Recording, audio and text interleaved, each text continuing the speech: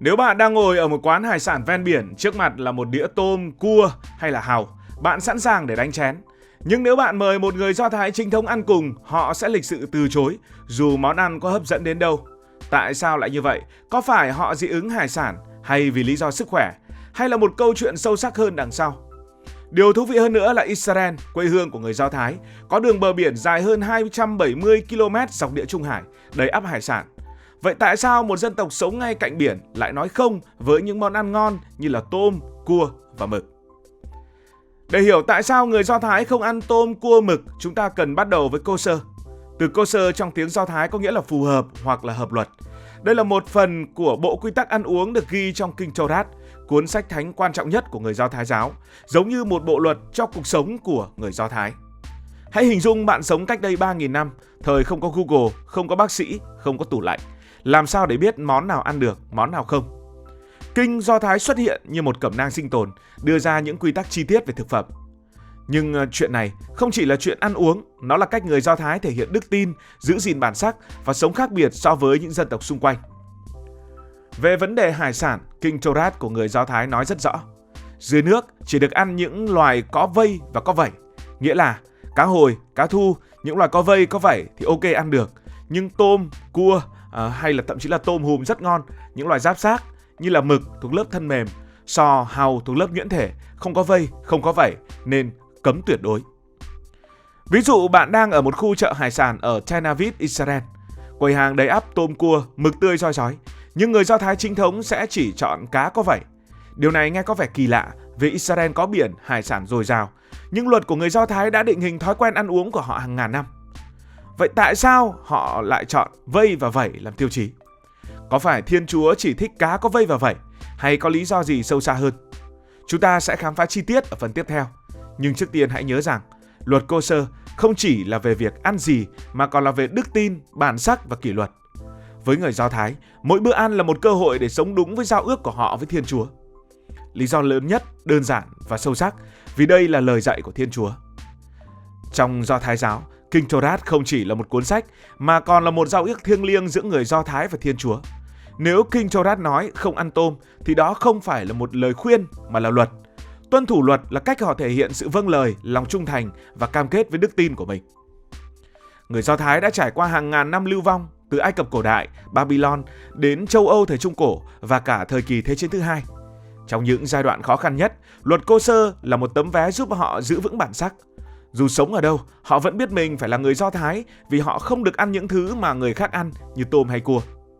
Ví dụ ở Israel ngày nay, bạn có thể thấy những gia đình Do Thái chính thống ở Jerusalem hay Haifa chuẩn bị bữa ăn tối chỉ với cá kosher, dù ngay gần đó là biển cả đầy hải sản. Đó không phải là vì họ không thích tôm mà vì họ muốn sống theo lời dạy của những tổ tiên. Nhiều người hiện đại thì cho rằng luật kosher được tạo ra vì lý do sức khỏe. Nhưng hãy nghĩ xem, 3.000 năm trước, không có tủ lạnh, không có kiểm định an toàn thực phẩm, sò, hàu, tôm dễ bị nhiễm khuẩn hoặc độc tố nếu không được bảo quản đúng cách. Ăn hải sản sống có thể gây ngộ độc, thậm chí tử vong. Vậy có phải Thiên Chúa ban luật kosher để bảo vệ sức khỏe của người Do Thái? Đây là một giả thuyết thú vị nhưng không phải lý do chính. Những thầy dạy Do Thái nhấn mạnh rằng kosher là về đức tin chứ không phải hẳn là về khoa học. Nếu chỉ vì sức khỏe, tại sao Kinh Torah không cấm nấm độc hay những loại thực phẩm nguy hiểm khác? Hơn nữa ngày nay, với công nghệ hiện đại, hải sản hoàn toàn an toàn nhưng người Do Thái chính thống vẫn không ăn tôm hay là cua. Ở Israel ngày nay, nơi ngành thủy sản phát triển, các nhà khoa học Do Thái đôi khi vẫn nghiên cứu về lợi ích sức khỏe của luật kosher. Họ phát hiện ra rằng kiêng những loại hải sản không vảy có thể giảm nguy cơ dị ứng hoặc nhiễm độc ở thời cổ đại. Nhưng họ cũng đồng ý, lý do chính vẫn là về tôn giáo chứ không phải về y học hay sức khỏe. Hãy lấy tôm hùm làm ví dụ. Tôm hùm là một món ăn sang chảnh, đắt đỏ ở nhiều nước, nhưng ở Israel, bạn sẽ hiếm thấy tôm hùm trong các nhà hàng kosher. Tại sao ư? Vì tôm hùm không có vảy. Nếu bạn đi dọc bãi biển Tel Aviv, bạn có thể thấy các nhà hàng phục vụ tôm hùm nhưng chỉ phục vụ cho khách du lịch. Một người Do Thái chính thống sẽ không bao giờ đụng vào món ăn ấy. Để hiểu rõ hơn, chúng ta cần nhìn vào bức tranh lớn hơn nữa của luật kosher. Bởi vì ngoài việc cấm tôm, cua, mực thì còn cấm những thứ khác, những quy tắc khác. Đó là những quy tắc nào? Hãy lên bờ với những động vật trên cạn. Không chỉ hải sản, động vật trên cạn cũng phải tuân theo quy tắc của người Do Thái. Chỉ những loài nhai lại như là nhai cỏ và có móng trẻ mới được phép ăn. Ví dụ bò, dê, cừu là được phép ăn, nhưng lợn, thỏ, ngựa thì không được vì chúng không đáp ứng được tiêu chí. Lợn dù có máu trẻ nhưng không nhai lại nên bị cấm ăn. Ở Israel, bạn sẽ thấy các món ăn từ bò, từ cừu rất phổ biến, nhưng thịt lợn thì không xuất hiện trong các nhà hàng truyền thống của người Do Thái. Điều này đặc biệt thú vị vì lợn được nuôi ở một số trang trại Israel, nhưng chủ yếu để phục vụ những người không theo đạo Do Thái. Chọn được con vật ăn rồi thì cũng phải tuân theo những quy tắc giết mổ. Cách giết mổ cũng phải đúng. Người Do Thái có nghi thức do một người được đào tạo đặc biệt thực hiện. Con vật phải được cắt cổ nhanh, không đau đớn và máu phải được rút hết vì máu bị coi là không trong sạch theo quy tắc của người Do Thái. Một quy tắc nổi tiếng nữa của người Do Thái đó là không được trộn thịt và sữa, dựa trên một câu nói trong kinh Torah, không được nấu thịt dê trong sữa mẹ nó. Người Do Thái sẽ không ăn thịt như là thịt bò, thịt gà cùng các sản phẩm từ sữa như là sữa, phô mai hay là bơ trong cùng một bữa ăn. Bây giờ hãy nói về Israel, một quốc gia có đường bờ biển dài và là quê hương của người Do Thái. Với nguồn hải sản phong phú, làm sao người Do Thái giữ được luật kosher khi xung quanh đầy tôm, cua và mực? Thú vị hơn, Israel có ngành nuôi trồng thủy sản rất phát triển, bao gồm cả tôm, cua và mực. Tuy nhiên, tôm chủ yếu được xuất khẩu hoặc bán cho thị trường không thuộc về những người Do Thái chính thống. Trong khi đó, cá có vảy lại là mặt hàng chủ lực của người Do Thái. Điều này cho thấy cách Israel cân bằng giữa kinh tế và tôn giáo. Đến đây, có thể nhiều người sẽ tự hỏi, thời hiện đại rồi, tại sao người Do Thái vẫn tuân theo những luật cổ xưa này?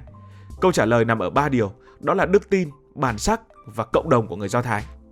Về đức tin, với người Do Thái chính thống, luật kosher là cách sống theo lời của Thiên Chúa. Mỗi bữa ăn là một nghi thức, một lời nhắc nhở về những giao ước thiêng liêng. Về bản sắc, người Do Thái đã sống qua hàng ngàn năm lưu vong, từ Babylon cho đến thời Thế chiến thứ hai. Luật kosher giúp họ giữ gìn văn hóa dù ở bất cứ đâu. Ở Israel, nơi là quê hương của họ, kosher càng trở thành biểu tượng của sự đoàn kết dân tộc. Về mặt cộng đồng, khi bạn ăn theo kiểu kosher, theo kiểu Do Thái, bạn kết nối với hàng triệu người Do Thái khác trên thế giới. Nó giống như một ngôn ngữ chung, nhưng là ngôn ngữ ở trên bàn ăn. Ở Israel, các bữa ăn gia đình, lễ hội hay tiệc cưới kosher là cách để củng cố mối quan hệ cộng đồng. Ăn kosher trong thế giới hiện đại không hề dễ, đặc biệt ở những nơi không có cộng đồng Do Thái lớn như Việt Nam. Nhưng ở Israel, nhờ sự phổ biến của văn hóa này, mọi thứ trở nên dễ dàng hơn. Ở Israel, hầu hết siêu thị đều bán thực phẩm kosher được đánh dấu bằng ký hiệu chữ U trong vòng tròn hoặc là chữ K. Những sản phẩm này sẽ được kiểm tra kỹ càng, từ bánh kẹo cho đến nước ngọt. Vậy là chúng ta cùng nhau khám phá lý do người Do Thái không ăn tôm, cua, mực, sò, hàu. Đó không chỉ là chuyện thích hay không thích, mà là một câu chuyện về đức tin, về văn hóa, về sự kiên cường của một dân tộc đã vượt qua bao thử thách. Ở Israel, nơi biển cả mang đến vô vàn hải sản, luật kosher vẫn là sợi dây kết nối người Do Thái với tổ tiên và Thiên Chúa.